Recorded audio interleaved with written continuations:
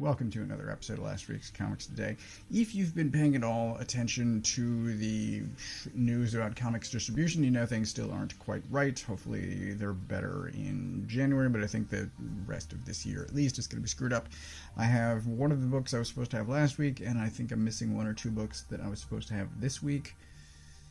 This is the stack that I have, although I do have a couple of things on the side as well. So we're going to start with The Brood. This is another spin-off from The World of Minor Threats, which I very much enjoy. However, reading this, I am starting to get it confused with the Black Hammer universe, just because they are similar water, I'd say. So The Brood, the previous miniseries, had a great first issue, that's Barfly. And then issue 2 took things in a very different direction that I did not enjoy, with switching the main character, kind of. And then 3, I'm like, I don't care. And then if 4 has come out, maybe this week or next week, but I don't intend, I have not gotten issue 4, I don't intend to. But The Brood is off to a great start, and I have reason to hope that it will be a better miniseries overall, because there are more characters, there are more plot lines, whereas Barfly was basically a singular point of view until it switched to a character that I did not enjoy. So what this is it's a family. This guy here is sort of the lead. This is his wife, and these 3 are his children, their children. And this person here should be the searcher, although interior art seems to, I can't quite make sense out of it. This should be the searcher, the hero of the city where these people live. They are a family. Well, I mean, he's a supervillain, and he's trying to pass off the family business legacy to one of his children. I don't know why they wouldn't go into it together, but whatever. He's trying to choose a successor to the family business, and they don't really want it. One of them maybe wants it, but he's having a hard time choosing. So we do get a history primarily of this guy here, Napoleon Archimedes. So he's got this kind of geodesic dome helmet thing. We get an origin story for him. We get sort of this history where, see, here this is clearly a woman. There are times when I think it's a man. So like here she has a symbol on her chest that is the same that is here, but this does not look like, I mean, that's different hero, just similar style. Is this a Superman, Supergirl kind of situation? I don't know, but this looks like a dude, whereas that looks like a woman. I don't know. He only talks about one of them, the Searcher. But this is them. They have a family meeting. We have a bunch of family drama. We have some secrets that are being kept from everyone, really. I said that there is plenty of backstory and plenty of stuff going on in the present. There's a lot of storylines happening here. Basically, each character gets their own things to do and their own secrets to be kept. And like I said, I have reason to believe that this is going to be a better spin-off series than Barfly. And whatever the first one was, I never read that. But I largely enjoy Minor Threats. I think the first series is better than the second, and then the spin-off are up in the air. But I'm hopeful this is good. I will be getting future issues of this. This is off to a great start. What was not off to a great start is the first issue of Dead Samurai, which has a brilliant cover. It's a hardstock, it's thick material, it's borderline shiny, but like kind of a matte shiny. I don't really know how to describe it. And then the pages are also thick enough to the point where I kept thinking that they were sticking together. But no, it's just thickness. Anyway, Dead Samurai, I was curious about it. There's a guy at the shop whose comic opinions I generally agree with, and I said that if he gets it, I would get it. And then this wound up in my pull box, and I'm like, sure, I'll roll that die, I'll see what happens. And I knew that I was in trouble by issue 4. So there is, this is maybe one of the only sound effects, which is weird, but like, you get a mostly silent couple of pages here. We get a bit of this sword decapitation stuff happening. And then these two show up, and this panel, really the first panel with actual dialogue, I'm like, all of this sounds terrible. It does not sound natural in any way. And this here, specifically, are you cold? I'm like, she's been on panel for literally 2 panels now. What on earth gave you any indication she was cold? There's a lot of this tell, don't show, and it should be show, don't tell. And it's as if the writer and artist did not collaborate at all. I don't know, man. This is very weirdly executed, but it is basically zombies in feudal Japan.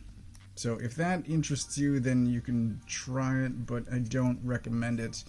There's just a lot of weirdness as far as execution of both script and art.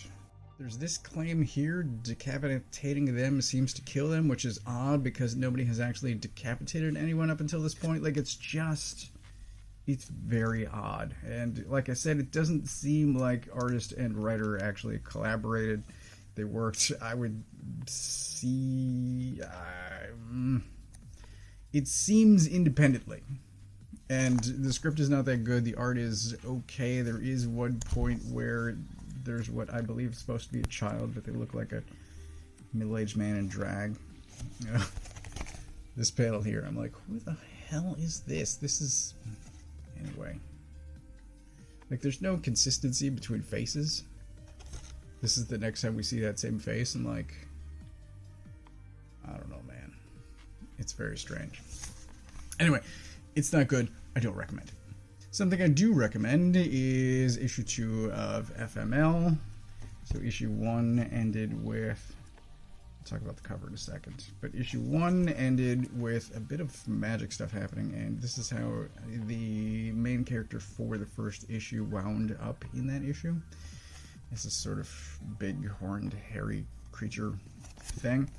And there's a lot of these sort of interjections as far as art style changes, and we get stuff that the mother is thinking, stuff that's, well, in this case, she's remembering, but all of it's fantastic. She's hilarious.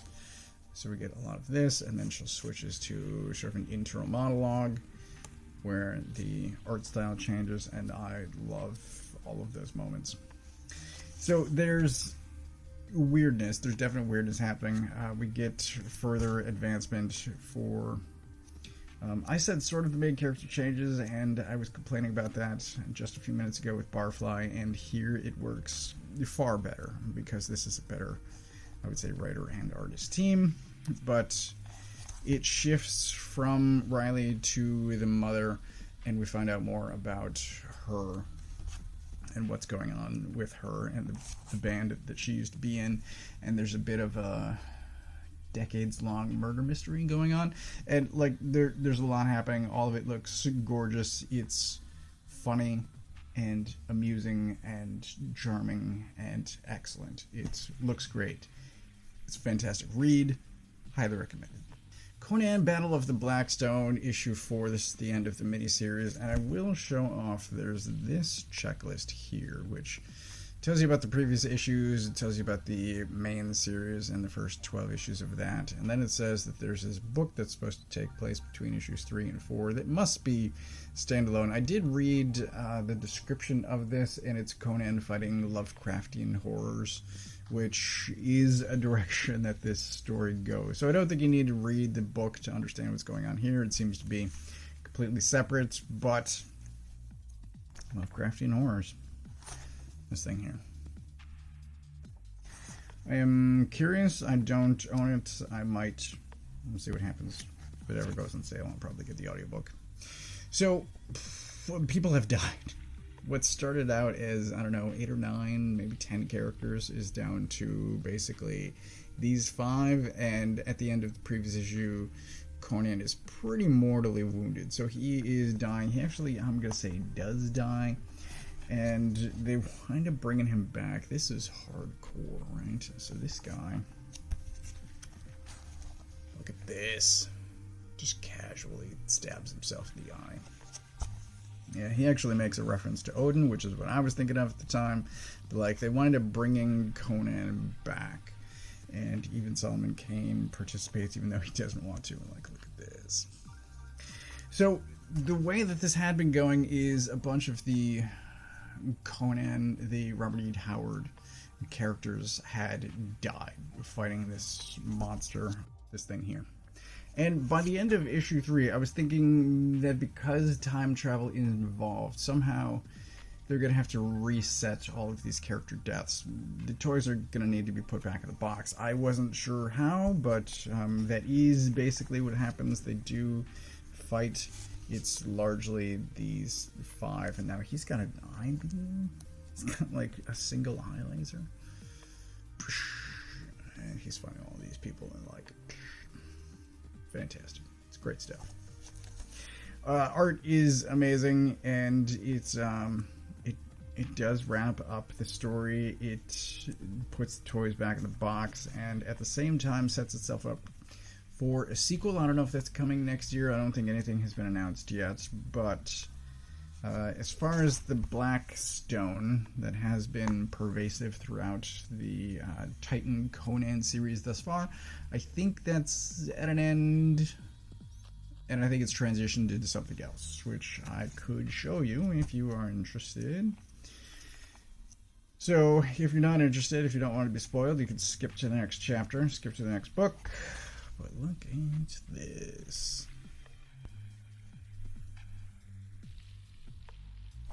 Good stuff. So I'm looking forward to that. I have no idea how Conan fights Lovecraftian horrors, especially as something the size of, like, whatever. I'll probably get it. I'll see what happens when it comes out.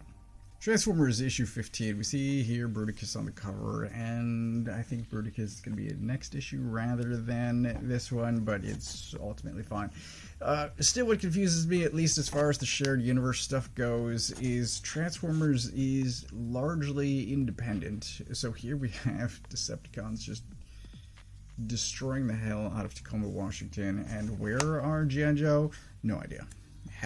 Are we still in the past because Duke had a 6-month time jump, and now G.I. Joe is presumably even further into the future, and like has Transformers caught up to that? I don't feel like it has, in which case Duke and or G.I. Joe should reference events here that have already happened there. Like, I don't, the timeline doesn't make any sense to me, and it's the beginning of the universe. Like, it should make sense. There should be, I would think, more cohesive storytelling between writers, but whatever.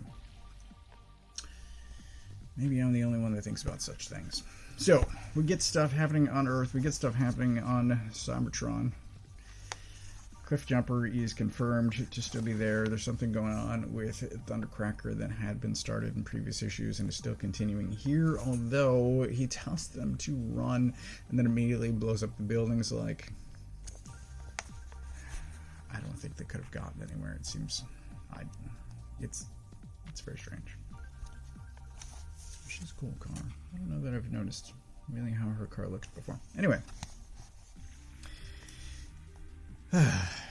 there's still a bunch of stuff going on, and so Optimus and crew show up in Washington trying to help and are immediately shot at by this tank. So, like, Optimus just can't catch a break. And weird stuff is still happening with him, and he is bending that turret back there. It's a bit unstable, so like whatever is happening there, I mean, I think I know what's happening, but you'd have to read it to understand. Anyway, Trailbreaker shows up, if anyone cares about Trailbreaker. For a second I thought she was wearing pouches, like it was a 90s comic. Look at the size of that gun. Anyway, it is 90s-esque. Anyway, so Autobots, Decepticons, Starscream shows up at one point with Combaticons and Astrotrain, and now it's Decepticon on Decepticon fighting with Autobots kind of in the way, and like, oh, look at that. That's sick as hell. Anyway, this is it's a good issue, but it just raises questions as far as connectivity to other books, and I've had that question since really the start of Duke. Still no answers. Another ending. This is Lady Mechanika, the Devil in the Lake. It's extra sized. I don't know if it's actually double sized or not. I feel like that's what they said, but now I can't remember. Anyway, so there is effectively a dinosaur. It gets an origin story here. Look at the art style shift here too. It's adorable. So there's basically this dinosaur that is in a Siberian lake that's been capturing people. Let me see a little bit of it there. It's been capturing people and bringing them down into this cave where they then slowly die. Like, it's sad, and it's best not to think about it too much. But Mechanika frees the other people and comes to an agreement with the monster that she's going to stay and play with it, and then she is withering away. So when she is found, she looks gaunt and emaciated and just awful. And then it gets even more sad. So here's a hint of the dragon. But this brings an end to this miniseries. There is talk at the end of this about what is coming next. And Joe Benitez is going to be writing again. I don't remember who. Madeline Holly Rosing is going to be writing. I have no idea who that is. I don't know Boston Metaphysical Society. But maybe it will come sooner because it is a completely different writer-artist team. I don't know. I enjoy Lady Mechanika. This is the end of another series that I also enjoyed. Art's great, story's interesting. I like this steampunk stuff, specifically from them. I've tried a little bit of other stuff, and it just, I don't know. I enjoy Mechanika, though. Not quite lastly, I grabbed the Body Trade issue 2 because it was a small week, and there was a comment asking, I think I made a claim back when I looked at issue 1 that I was going to continue, and then I didn't, and I'm not going to continue.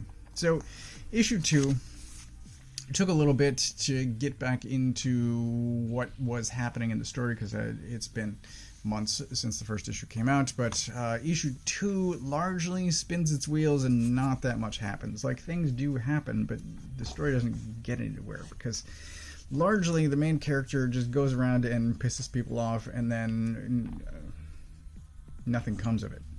So, like, here he is stealing documents from this small center, and at the end of this sequence, she basically tells him he should go to headquarters. And then so he goes to headquarters, and like things are happening sort of in the background as far as the twitching of this.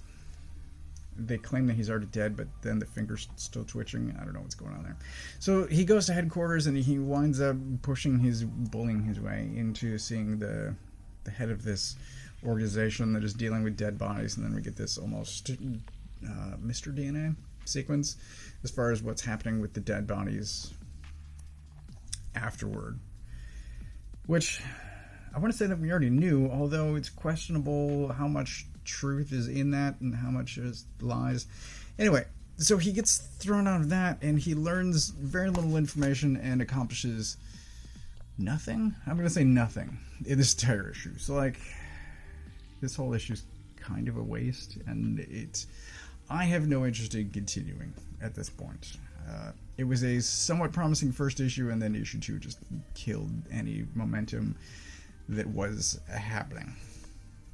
I think it was last week I was talking about Athena, and I enjoyed the first issue. I grabbed then issues 2 through 4. This is all that's out currently, so I have not yet read these. They showed up, I don't know, in the mail some day this week. I can't even remember. Barely know that it's Saturday. Also, there was a Kickstarter a few months ago for an adaptation of The Count of Monte Cristo. This is in a more modern era. But I've been a huge fan of the Monte Cristo since, I think it was the 2002 movie, Guy Pearce and Jim Caviezel. So, I wanted this too. It's oversized. This is one of the who put this out? Magnetic. It's a Magnetic book. It was a Kickstarter. It should be available, I don't know, on their website now. I have no idea. So I got this. I will read this, possibly do a video on it, but this is everything that I got this week. Yes, that's true. As far as pick of the week, I have not thought about it. Transformers, certainly a contender. Ooh, this is so much better, though. And then Dead Samurai. And so I'm just giving pick of the week to FML, but Transformers and The Brood are also great, and I'm giving them honorable mention. So these three are all great. But FML, because of the personal family story, and then just the incredible art and writing, just head and shoulders above the rest. So that is everything that I got this week. I got all of at least the floppies from my local comic shop. If you don't know where yours is, you can use this URL to find the one closest to you. Thanks for watching.